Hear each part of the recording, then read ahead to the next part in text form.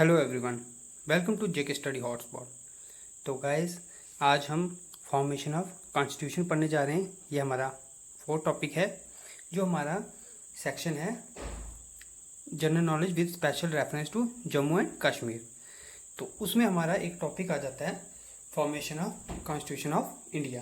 तो आज हम इस वीडियो में डिस्कस करेंगे formation of the constitution of India. It is the first part. तो आज फर्स्ट पार्ट हम डिस्कस करेंगे, इसके बाद हम नेक्स्ट सेकंड पार्ट डिस्कस करेंगे। तो गाइस, वीडियो स्टार्ट करने से पहले आपको बता दूं, अगर आप चैनल पे नए हैं तो चैनल को सब्सक्राइब जरूर कर दीजिएगा और बेल आइकन को प्रेस कर दीजिएगा, ताकि जब भी नई वीडियो आएगी उसकी नोटिफिकेशन आपको मिल जाएगी। तो चलिए स्टार्ट करते हैं आज की डिस्कशन को। तो सबसे पहले जो हमारा फॉर्मेशन ऑफ कॉन्स्टिट्यूशन है, उससे पहले हम देख लेते हैं कि डिमांड क्यों आई, demand for the constituent assembly. तो कॉन्स्टिट्यूएंट असेंबली की डिमांड जो थी वो कैसे आई, किसने सबसे पहले लाई कि कॉन्स्टिट्यूशन होना चाहिए इंडिया का, कॉन्स्टिट्यूएंट असेंबली एक बननी चाहिए। तो सबसे पहले है डिमांड फॉर द कॉन्स्टिट्यूशन। तो डिमांड क्यों हुई? सबसे पहले इन 1934 में M.N.. Roy put idea of constituent assembly for India. तो एम.एन. रॉय थे, ये एक पायनियर कम्युनिस्ट थे, जिन्होंने आइडिया दिया कि इंडिया के लिए कॉन्स्टिट्यूएंट असेंबली होनी चाहिए। तो सबसे पहले आइडिया दिया था एम.एन. रॉय ने 1934 में। तो इसके बाद 1935 में क्या हुआ, इंडियन नेशनल कांग्रेस ने भी डिमांड की कॉन्स्टिट्यूएंट असेंबली की। तो 1934 में एम.एन. रॉय ने आइडिया दिया और 1935 में जो इंडियन नेशनल कांग्रेस थी उसने भी डिमांड की कॉन्स्टिट्यूएंट असेंबली की। देन 1935 में ही जवाहरलाल नेहरू ने डिक्लेयर किया कि जो कॉन्स्टिट्यूशन ऑफ इंडिया है, the constitution of India must be frame without outside interference. जो कि इंडिया का जो कॉन्स्टिट्यूशन बनेगा वो किसी आउटसाइडर की इंटरफेरेंस के बिना होना चाहिए। जो कॉन्स्टिट्यूशन फ्रेम करेंगे वो इंडियंस होने चाहिए सभी, उसमें बाहर का कोई भी होगा, चाहे ब्रिटिशर होगा कोई भी, तो उसका इंटरफेरेंस नहीं होना चाहिए कॉन्स्टिट्यूशन ऑफ इंडिया के बनाने में।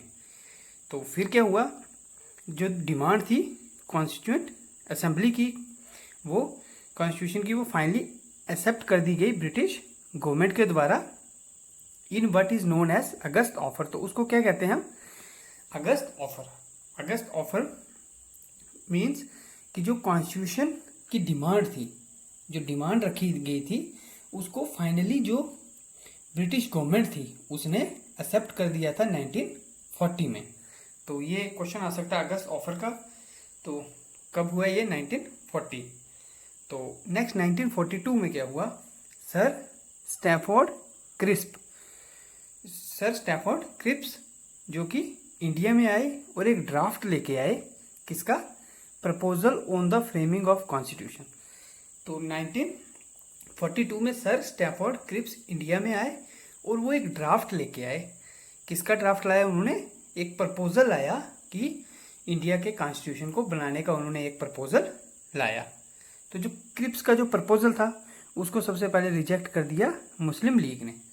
तो मुस्लिम लीग उसके अपोज में आ गई, उन्होंने रिजेक्ट कर दिया क्रिप्स का प्रपोजल और फाइनली एक कैबिनेट मिशन भेजा गया इंडिया में। तो ये थे कुछ इंपॉर्टेंट पॉइंट्स। 34 में एम.एन. रॉय ने आइडिया दिया कॉन्स्टिट्यूशन का, 35 में इंडियन नेशनल कांग्रेस ने भी डिमांड की, 35 में नेहरू ने डिक्लेयर किया कि कॉन्स्टिट्यूशन बनाने के लिए आउटसाइड इंटरफेरेंस नहीं होना चाहिए, और फाइनली 1940 में ब्रिटिश ने एक्सेप्ट कर दिया। और फिर 1942 में सर स्टैफोर्ड क्रिप्स जो कि इंडिया में आया ड्राफ्ट लेके कॉन्स्टिट्यूशन का, उसको मुस्लिम लीग ने रिजेक्ट कर दिया। और देन फाइनली क्या हुआ, कैबिनेट मिशन को इंडिया में भेजा गया to frame the constitution of India. अब देख लेते हैं फ्रेमिंग ऑफ द कॉन्स्टिट्यूशन। तो जो कॉन्स्टिट्यूशन था इंडिया का, उसको फ्रेम किया गया कॉन्स्टिट्यूएंट असेंबली के द्वारा। तो कॉन्स्टिट्यूशन को किसने फ्रेम किया? वो फ्रेम किया कॉन्स्टिट्यूएंट असेंबली ने। और कॉन्स्टिट्यूएंट असेंबली जिसको सेटअप किया था अंडर कैबिनेट मिशन प्लान। जो कैबिनेट मिशन प्लान था 1946 का, उसके अंडर सेटअप किया गया था कॉन्स्टिट्यूएंट असेंबली को। और कॉन्स्टिट्यूएंट असेंबली ने फ्रेम किया हमारा कॉन्स्टिट्यूशन ऑफ इंडिया। तो जो कॉन्स्टिट्यूंट असेंबली थी, तो ये इंपॉर्टेंट क्वेश्चन है, ये क्वेश्चन आ सकता है एग्जाम में, उसने कितना टाइम लिया। तो कॉन्स्टिट्यूंट असेंबली ने ऑलमोस्ट 3 ईयर्स लिए। तो एग्जैक्ट टाइम कितना है, 2 ईयर्स 11 मंथ्स एंड 18 डेज। तो 2 ईयर्स 11 मंथ्स और 18 डेज में ड्राफ्ट कर दिया कॉन्स्टिट्यूशन ऑफ इंडिपेंडेंट इंडिया। तो इंडिया का जो कॉन्स्टिट्यूशन है उसको 3 ईयर्स में, लगभग 3 साल में ड्राफ्ट कर दिया गया। और जो एग्जैक्ट टाइम है वो है 2 ईयर्स 11 मंथ्स एंड 18 डेज में कंप्लीट कर लिया गया जो कॉन्स्टिट्यूशन ऑफ इंडिया है। देन ड्यूरिंग दिस पीरियड, इस पीरियड में क्या हुआ, 11 सेशंस हुए, कॉन्स्टिट्यूंट असेंबली के 11 सेशंस हुए, जिसमें कि कितने डेज लगे, 165 डेज लगे। 165 डेज के 11 सेशंस हुए। और इन 165 डेज में 114 डेज किस में खर्च हुए, 114 डेज लगे for consideration of and discussion on the draft constitution. तो 165 दिन लगे 111 सेशंस में, और 114 दिन स्पेंड किए गए for consideration of and discussion on the draft constitution. तो ये था फ्रेमिंग ऑफ कॉन्स्टिट्यूशन। तो गाइस आगे कुछ पॉइंट्स और हैं। As for the composition of the assembly, तो जो कॉन्स्टिट्यूएंट असेंबली बनी अंडर द कैबिनेट मिशन के अंडर, जो कॉन्स्टिट्यूएंट असेंबली बनी उसके मेंबर्स की कंपोजिशन क्या थी। तो मेंबर्स को चूज किया गया इनडायरेक्ट इलेक्शन, डायरेक्ट इलेक्शन नहीं हुए थे तब हुए थे guys indirect elections by the members of the provincial legislative assemblies. तो जो प्रोविंशियल लेजिस्लेटिव असेंबलीज थी उनके मेंबर्स का इनडायरेक्ट इलेक्शन हुआ था। Following the scheme recommended by the cabinet mission, तो ये कैबिनेट मिशन के अंडर हुआ। तो कैबिनेट मिशन ने ये स्कीम दी थी इलेक्शन की कि इनडायरेक्ट इलेक्शन होने चाहिए। तो जो टोटल मेंबरशिप थी कॉन्स्टिट्यूएंट असेंबली की वो थी 389। तो ये भी पूछ सकते हैं एग्जाम में कि टोटल मेंबरशिप कितनी थी कॉन्स्टिट्यूएंट असेंबली की, वो थी 389। तो नेक्स्ट क्या हुआ कि जब पार्टीशन हुआ इंडिया का, जब पार्टीशन हो गया, एक सेपरेट कॉन्स्टिट्यूएंट असेंबली को सेटअप कर दिया गया पाकिस्तान के लिए। जब पार्टीशन हो गया, इंडिया अलग हो गया और पाकिस्तान अलग हो गया। ये पहले जो 389 मेंबर्स थे ये थे इंडिया पाकिस्तान दोनों के, जो इंडिपेंडेंस से पहले के, पार्टीशन से पहले के ये 389 मेंबर्स थे। जब पार्टीशन हो गया तो सेपरेट कॉन्स्टिट्यूएंट असेंबली बना दी गई पाकिस्तान के लिए और इंडिया की थी सेपरेट। और जो रिप्रेजेंटेटिव थे कुछ प्रोविंस के, उनकी मेंबरशिप क्या हो गई, खत्म हो गई। इसकी वजह से क्या हुआ, जो मेंबर्स थे वो कितने हो गए, 299। तो 389 टोटल मेंबर्स थे। जब पार्टीशन हुआ कुछ मेंबर्स की मेंबरशिप चली गई क्योंकि वो पाकिस्तान में चले गए और पाकिस्तान का जो अपनी सेपरेट कॉन्स्टिट्यूएंट असेंबली बन गई। और जो टोटल मेंबरशिप थी वो 389 से कम होकर हो गई 299। तो आगे चलते हैं गाइस। तो ये था कॉन्स्टिट्यूशन का फ्रेमवर्क। इस तरह से कॉन्स्टिट्यूएंट असेंबली जो है वो बनाई गई। अब कैबिनेट मिशन के बारे में पढ़ लेते हैं। जो कैबिनेट मिशन हमने डिस्कस किया क्या है, तो जब गाइस वर्ल्ड वार ख़त्म होने को आई थी 1945 में, क्या हुआ, 3 ब्रिटिश के कैबिनेट मिनिस्टर्स थे ब्रिटेन के, उनको इंडिया भेजा गया to find solution to the question of India's independence. तो इंडियाज इंडिपेंडेंस के लिए 3 जो थे ब्रिटिश के कैबिनेट मिनिस्टर्स थे उनको इंडिया भेजा गया। और ये इंपॉर्टेंट है कौन कौन से मिनिस्टर्स थे। तो वो टीम के मिनिस्टर कौन थे, Lord Pethick Lawrence, Stafford Cripps जो पहले आए थे, उसके बाद एवी अलेक्जेंडर।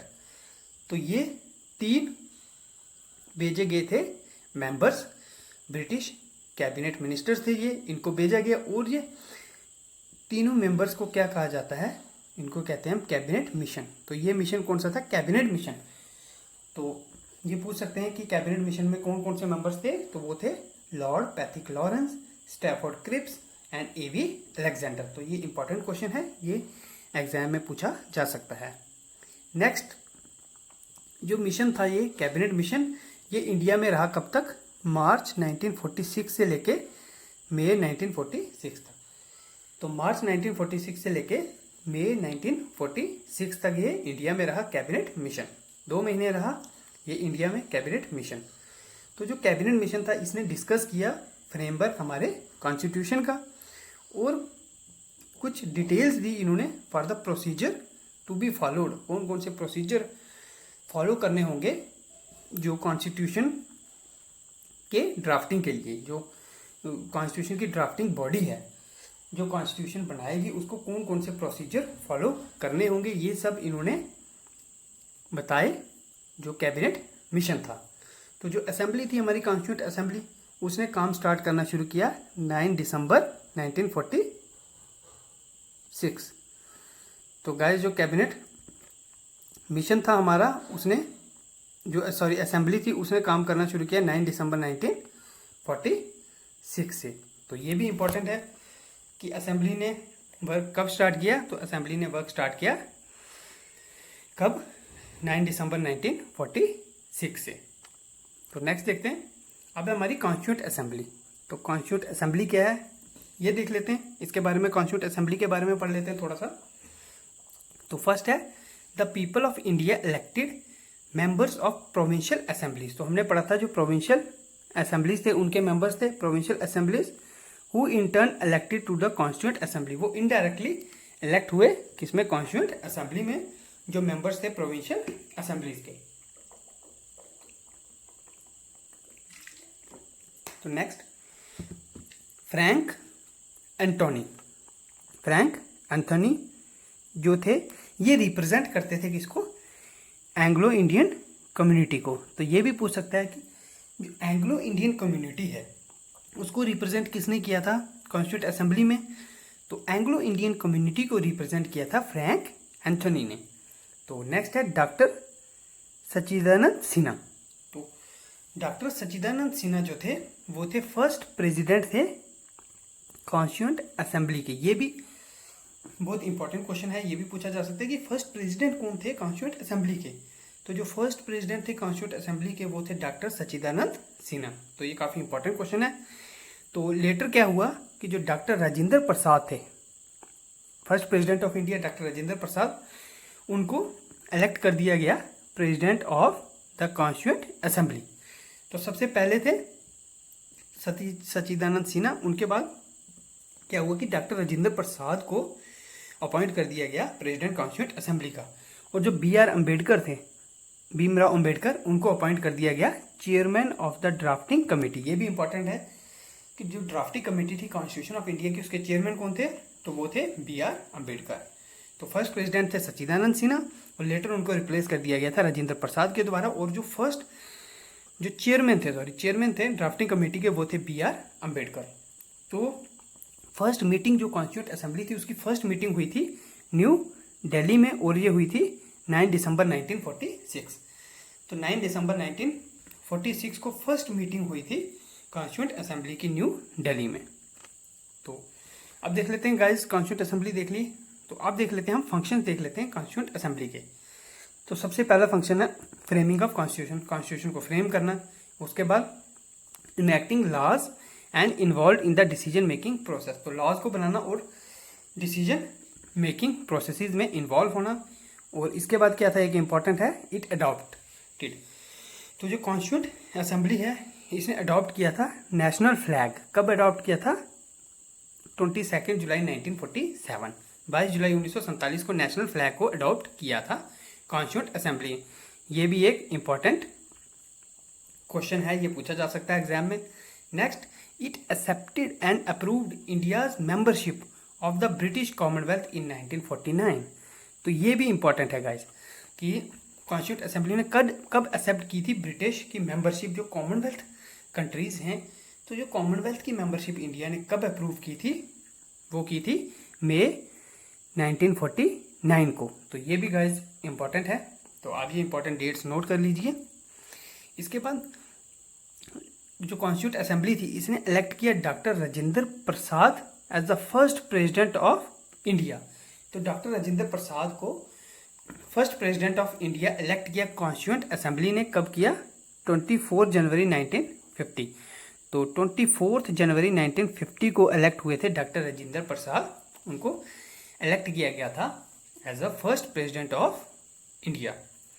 नेक्स्ट एक और इम्पॉर्टेंट है, इट अडॉप्टेड नेशनल एंथम को अडॉप्ट किया था 24 जनवरी 1950। तो 24 जनवरी 1950 को ही फर्स्ट प्रेसिडेंट राजेंद्र प्रसाद को इलेक्ट किया और अडॉप्ट किया था नेशनल एंथम को भी उसी डेट को 24 जनवरी 1950 को। तो ये इंपॉर्टेंट डेट्स आप याद रखिएगा।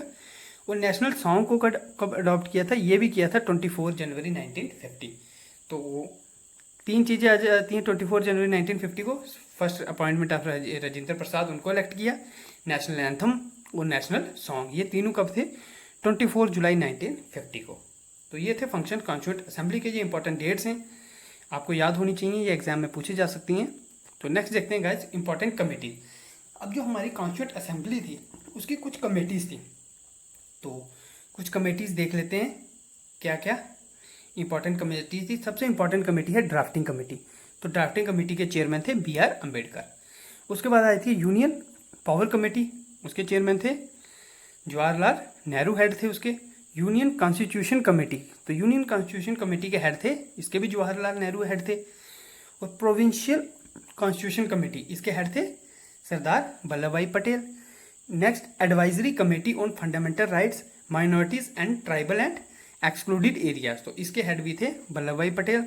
रूल्स एंड प्रोसीजर कमेटी के हेड थे Rajendra Prasad. States committees for negotiating with the state, तो स्टेट से नेगोशिएट करने वाली कमेटी जो बनी थी उसके थे head Jawaharlal Nehru. Steering committee के हेड थे राजेंद्र प्रसाद। और नेशनल फ्लैग एडॉक कमेटी के हेड थे राजेंद्र प्रसाद। तो ये कुछ बहुत सी कमेटीज थी, बट ये कुछ इंपॉर्टेंट कमेटीज हैं जिनके बारे में एग्जाम में पूछा जा सकता है, तो आपको पता होना चाहिए कि कौन सी कमेटी के हेड कौन थे। तो ये भी गाइस इंपॉर्टेंट है, तो आप ये नोट कर लीजिएगा। नेक्स्ट देखते हैं सोर्स ऑफ अवर कॉन्स्टिट्यूशन। ये सबसे इम्पॉर्टेंट जो हमारे कॉन्स्टिट्यूशन में टॉपिक है जो हमारा, वो है सोर्स ऑफ कॉन्स्टिट्यूशन। इसमें से एक ना एक क्वेश्चन जरूर आएगा, कोई भी पेपर हो चाहे, उसमें हमेशा एक ना एक क्वेश्चन जरूर आता है सोर्स ऑफ कॉन्स्टिट्यूशन से।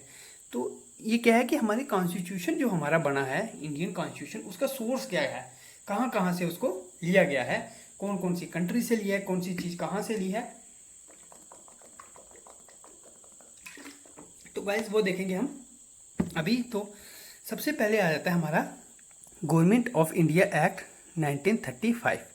तो हमने जो गवर्नमेंट ऑफ इंडिया एक्ट 1935 था ब्रिटिश गवर्नमेंट का, तो उसमें से हमने क्या क्या लिया, तो ये आपको सभी याद होने चाहिए, एग्जाम में ये पूछे जाते हैं।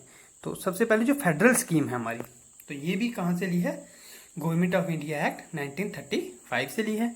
Office of governor, judiciary, public service commission, emergency provisions and administrative details, तो ये सब लिया है हमने गवर्नमेंट ऑफ इंडिया एक्ट 1935 से। नेक्स्ट देख लेते हैं ब्रिटिश कॉन्स्टिट्यूशन। अब ब्रिटिश कॉन्स्टिट्यूशन से क्या लिया हमने, सबसे पहले पार्लियामेंट्री सिस्टम जो हमारा है वो है हमने लिया है ब्रिटिश कॉन्स्टिट्यूशन से।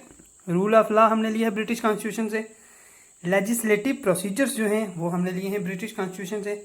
सिंगल सिटीजनशिप, इंडिया में हमारी एक ही सिटीजनशिप है इंडियन, तो ये भी हमने लिया ब्रिटिश कॉन्स्टिट्यूशन से। कैबिनेट सिस्टम, प्रियोगेटिव रिट्स, जो हमारे रिट्स हैं वो हमने लिए ब्रिटिश कॉन्स्टिट्यूशन से। Parliamentary privileges and by cameralism, तो ये सब हमने लिया है ब्रिटिश कॉन्स्टिट्यूशन से। अब नेक्स्ट आ जाता है हमारा यूएस कॉन्स्टिट्यूशन। तो यूएस कॉन्स्टिट्यूशन से हमने क्या लिया है, हमने लिया है fundamental rights, independence of judiciary, judicial review, impeachment of president, removal of supreme court and high court जजेस and post of vice president, तो ये सब हमने लिया है यूएस कॉन्स्टिट्यूशन से।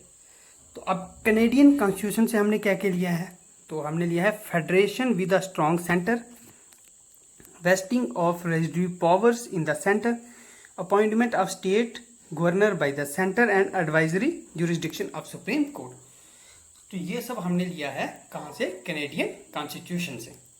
तो अब नेक्स्ट देखते हैं, अब नेक्स्ट है हमारा आयरिश कॉन्स्टिट्यूशन। तो आयरिश कॉन्स्टिट्यूशन से हमने क्या लिया है, तो आयरिश कॉन्स्टिट्यूशन से हमने सबसे इंपॉर्टेंट लिया है directive principles of state policy, ये आता है बहुत से एग्जाम में। DPSP directive principle of state policy हमने कहाँ से लिया है, आयरिश कॉन्स्टिट्यूशन से। इसके बाद है nomination of members of Rajya Sabha and method of election of president. तो प्रेसिडेंट के जो इलेक्शन का मेथड है ये भी हमने लिया है आयरिश कॉन्स्टिट्यूशन से। तो इस तरह से क्वेश्चन बन सकते हैं कि from which country we get methods of election of president. तो ऑप्शन आ जाएंगे Australian constitution, Irish constitution, constitution of Germany और फ्रेंच कॉन्स्टिट्यूशन। तो हमें पता होगा हमारा करेक्ट आंसर क्या है, आयरिश कॉन्स्टिट्यूशन। अब नेक्स्ट देखते हैं ऑस्ट्रेलियन कॉन्स्टिट्यूशन से हमने क्या लिया है, हमने लिया concurrent list, joint sitting of 2 houses of parliament. तो ये लिया हमने ऑस्ट्रेलियन कॉन्स्टिट्यूशन से। तो जर्मनी कॉन्स्टिट्यूशन से हमने क्या लिया है, suspension of fundamental rights during emergency. तो एमरजेंसी के टाइम में फंडामेंटल की जो सस्पेंशन होती है, सस्पेंशन ऑफ फंडामेंटल राइट, वो हमने लिया है जर्मनी से। तो फ्रेंच कॉन्स्टिट्यूशन से हमने क्या लिया है, Republic and ideals of liberty, equality and fraternity in the preamble. तो ये हमने लिया है फ्रेंच कॉन्स्टिट्यूशन से। तो साउथ अफ्रीकन कॉन्स्टिट्यूशन से हमने लिया है procedure for amendment of the constitution. Constitution की जो अमेंडमेंट का प्रोसीजर है वो हमने लिया है साउथ अफ्रीका कॉन्स्टिट्यूशन से। And election of members of Rajya Sabha. तो राज्यसभा के जो मेंबर्स हैं उनके इलेक्शन के जो प्रोसीजर है उसको भी हमने लिया है साउथ अफ्रीकन कॉन्स्टिट्यूशन से। देन आ जाता है हमारा जापानीज कॉन्स्टिट्यूशन। तो जापानीज कॉन्स्टिट्यूशन से हमने क्या लिया है, हमने लिया है प्रोसीजर एस्टेब्लिश बाय लॉ। तो ये हमने लिया है जापानीज कॉन्स्टिट्यूशन से। इसके बाद आ जाता है कॉन्स्टिट्यूशन ऑफ यूएसएसआर। तो यूएसएसआर से हमने क्या लिया है, प्रोसीजर ऑफ 5 ईयर प्लान। जो हमारा 5 ईयर प्लान है वो हमने लिया है यूएसएसआर से। Then fundamental duties, ideals of justice in preamble. तो ये सब हमने लिया है कॉन्स्टिट्यूशन ऑफ यूएसएसआर। तो गाइज ये बहुत इंपॉर्टेंट है, सोर्स ऑफ कॉन्स्टिट्यूशन। ये एग्जाम में जरूर एक ना एक चीज पूछी जाएगी, जैसे कॉन्करेंट लिस्ट हमने कौन सी कॉन्स्टिट्यूशन से लिया है, suspension of fundamental rights during emergency कौन से कॉन्स्टिट्यूशन से लिया है। तो इस तरह के क्वेश्चन पूछे जाते हैं। तो बहुत ही मोस्ट इंपॉर्टेंट जो टॉपिक है हमारा ये है सोर्स ऑफ कॉन्स्टिट्यूशन। तो गाइस सोर्स ऑफ कॉन्स्टिट्यूशन भी देख लिया हमने। अब हम टाइमलाइन देख लेते हैं कि फॉर्मेशन ऑफ कॉन्स्टिट्यूशन की। तो जो कॉन्स्टिट्यूशन फॉर्म हुआ उसकी हम टाइमलाइन देख लेते हैं। तो गाइस सबसे पहले आया था हमारा 6 दिसंबर 1946। तो 6 दिसंबर 1946 को क्या हुआ, formation of the constituent assembly in accordance with French principle. तो जो कॉन्स्टिट्यूएंट असेंबली है उसकी फॉर्मेशन हुई कब, 6 दिसंबर 1946 को। और इन अकॉर्डेंस विद विच प्रैक्टिस, तो वो हुई फ्रेंच प्रैक्टिस के अकॉर्डिंग हुई फॉर्मेशन कॉन्स्टिट्यूएंट असेंबली की। तो देन नेक्स्ट आता है 9 दिसंबर 1946 को क्या हुआ, 9 दिसंबर 1946 को फर्स्ट मीटिंग हुई कहाँ पे, कॉन्स्टिट्यूशन हॉल में। तो फर्स्ट मीटिंग हुई कॉन्स्टिट्यूएंट असेंबली की कॉन्स्टिट्यूशन हॉल में, जिसको अभी हम क्या कहते हैं, central hall of parliament house. तो जो पार्लियामेंट हाउस का सेंट्रल हॉल है यहाँ पे फर्स्ट मीटिंग हुई थी कॉन्स्टिट्यूएंट असेंबली की। और जो फर्स्ट पर्सन था जिसने एड्रेस किया वो थे जेपी कृपलानी। उनको टेम्परेरी प्रेसिडेंट, उन्होंने टेम्परेरी प्रेसिडेंट अपॉइंट किया किसको, सच्चिदानंद सिन्हा को। तो फर्स्ट पर्सन टू एड्रेस किया कि उन्होंने जेपी कृपलानी ने, और टेम्परेरी प्रेसिडेंट अपॉइंट हुए थे तब सच्चिदानंद सिन्हा, जो कि टेम्परेरी प्रेसिडेंट थे, जिनको रिप्लेस कर दिया गया था राजेंद्र प्रसाद के द्वारा। Then demanding a separate state, the Muslim League boycotted the meeting. तो मुस्लिम लीग ने इस मीटिंग को बाइकआउट कर दिया गया था क्योंकि वो एक सेपरेट स्टेट की डिमांड करते थे। इसके बाद आते हैं 11 दिसंबर 1946 को। तो 11 दिसंबर 1946 को क्या हुआ कि 9 को सच्चिदानंद सिन्हा टेम्परेरी अपॉइंट किए गए थे, और 2 दिन के बाद 11 को क्या हुआ कि प्रेसिडेंट अपॉइंट कर दिया गया राजेंद्र प्रसाद को, और वाइस चेयरमैन कौन बने, हरेंद्र कुमार मुखर्जी। और कॉन्स्टिट्यूशन लीगल एडवाइजर कौन बने, BN राव, जो कि लीगल एडवाइजर थे। इनिशियली 389 मेंबर्स थे, और पार्टीशन के बाद क्या हो गया, वो 299 हो गए, कम हो गए। तो 389 में से 292 थे वो फ्रॉम गवर्नमेंट प्रोविंशियल जो असेंबली थी वहाँ से थे, 4 फ्रॉम चीफ कमिश्नर प्रोविंस से थे, और जो 93 मेंबर्स थे वो थे प्रिंसली जो स्टेट्स थी हमारी वहाँ से थे। इसके बाद 13 दिसंबर 1946 को क्या हुआ, एक ऑब्जेक्टिव रेजोल्यूशन प्रेजेंट किया गया जवाहरलाल नेहरू के द्वारा, laying down the underlying principle of the constitution. तो रेजोल्यूशन, ऑब्जेक्टिव रेजोल्यूशन पास हुआ था 13 दिसंबर 1946 को, जिसको लेटर क्या कर दिया गया, बना दिया गया उसको प्रीएम्बल ऑफ द कॉन्स्टिट्यूशन। तो जो ऑब्जेक्टिव रेजोल्यूशन प्रेजेंट किया गया था जवाहरलाल नेहरू के द्वारा, उसको लेटर, उसको प्रीएम्बल उनको बना दिया गया कि ये हमारे कॉन्स्टिट्यूशन का प्रीएम्बल है। तो 22 जनवरी 1947 को क्या हुआ, ऑब्जेक्टिव रेजोल्यूशन यूनानिमसली अडॉप्टेड। तो ऑब्जेक्टिव रेजोल्यूशन ये था, इसको अडॉप्ट कर दिया गया। और 22 जुलाई 1947 को क्या हुआ था, नेशनल फ्लैग को अडॉप्ट कर दिया गया। और 15 अगस्त 1947 को क्या हुआ था, इंडिया इंडिपेंडेंट हो गया था, इंडिया अचीव्ड इंडिपेंडेंस और स्प्लिट हो गया था dominion of India and dominion of Pakistan. तो इंडिया स्प्लिट हो गया था, as a dominion of India अलग हो गया था और डोमिनियन ऑफ पाकिस्तान। तो 15 अगस्त 1947 को। इसके बाद क्या हुआ, 29 अगस्त 1947 को क्या हुआ, ड्राफ्टिंग कमेटी ने BR अम्बेडकर को अपॉइंट कर दिया गया चेयरमैन, और 6 और मेंबर्स को अपॉइंट किया गया। कौन से थे, KM मुंशी, मोहम्मद सदुल्ला, अलादी कृष्ण स्वामी अय्यर, गोपाला स्वामी अयंगर, N माधवराव, जिनको रिप्लेस कर दिया गया था BL Mitter, who resign due to ill health. तो N माधव की हेल्थ खराब थी और उन्हें रिजाइन कर दिया गया था। वो थे TT कृष्णम आचार्य, इनको रिप्लेस किया था DP खेतान ने, इनकी डेथ हो गई थी 1948 में। तो नेक्स्ट है 16 जुलाई 1948, among with Harendra Coomar Mookerjee, VT Krishnamachari, who was elected as second vice president of constituent assembly. तो इनको कॉन्स्टिट्यूंट असेंबली का सेकंड वाइस प्रेसिडेंट इलेक्ट कर दिया गया। इसके बाद 26 नवंबर 1949 को क्या हुआ, constitution of India passed and adopted by assembly. तो 26 नवंबर 1949 को क्या हुआ, कॉन्स्टिट्यूशन जो इंडिया का था इसको पास कर दिया गया और अडॉप्ट कर दिया गया असेंबली के द्वारा। और 24 जनवरी 1950 को क्या हुआ, लास्ट मीटिंग हुई कॉन्स्टिट्यूंट असेंबली की। Constituent of India all signed and accepted, सभी ने साइन किया और एक्सेप्ट किया विद 395 तब आर्टिकल से, 8 शेड्यूल से और 22 पार्ट थे। जब हमारा कॉन्स्टिट्यूशन बना था 24 जनवरी 1950 को, जब लास्ट मीटिंग हुई थी तब प्रॉपर साइंड हुए थे और एक्सेप्ट किया गया था कि तब 395 आर्टिकल से, 8 शेड्यूल से और 22 पार्ट थे। ये भी इंपॉर्टेंट है कि जब हमारा कॉन्स्टिट्यूशन बना था तब हमारे कितने आर्टिकल से, कितने शेड्यूल और कितने पार्ट से। तो 26 जनवरी 1950 को कॉन्स्टिट्यूशन ऑफ इंडिया फोर्स में आ गया। It took 2 years 11 months and 18 days लगे थे और टोटल एक्सपेंडिचर जो था, खर्चा था, वो कितना था, 6.4 मिलियन रुपीज़। तो 6.4 मिलियन रुपीज़ लगे थे कॉन्स्टिट्यूशन बनाने में। गणेश वासुदेव मालवांकर, GV मालवांकर जो थे, was the first speaker when meeting the assembly of Lok Sabha after turning Republic.